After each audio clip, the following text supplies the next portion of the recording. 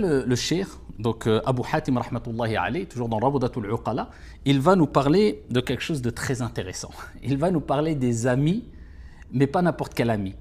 L'ami déloyal, l'ami trompeur, l'ami vicieux.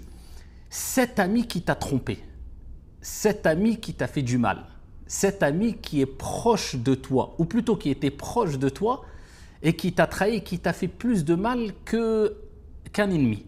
Il a été proche de toi, tu t'es confié à lui, tu lui as dévoilé des choses, tu lui as fait confiance et donc c'est beaucoup plus douloureux lorsqu'il te trahit que si c'était un ennemi qui voulait te faire du mal.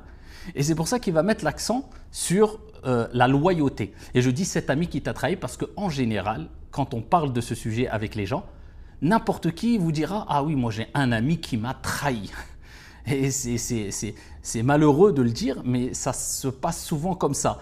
Une personne qui va se confier avec une personne très proche et qui va lier des liens d'affection, d'amitié pendant longtemps, et à un moment ou un autre va venir le jour où il va dévoiler son vice. Alors, je ne généralise pas bien sûr, mais on a tous peut-être eu cette expérience déjà d'avoir au moins une personne, un ancien ami proche qui nous a trahis.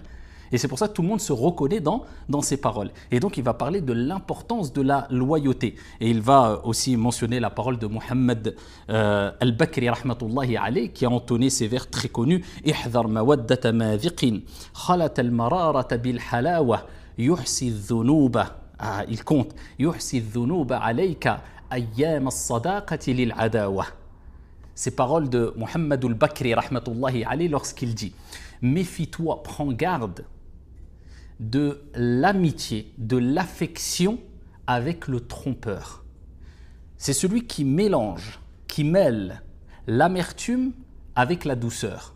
C'est-à-dire, c'est celui qui va te montrer de manière apparente un côté très doux, très sucré, mais il cache un côté très amer.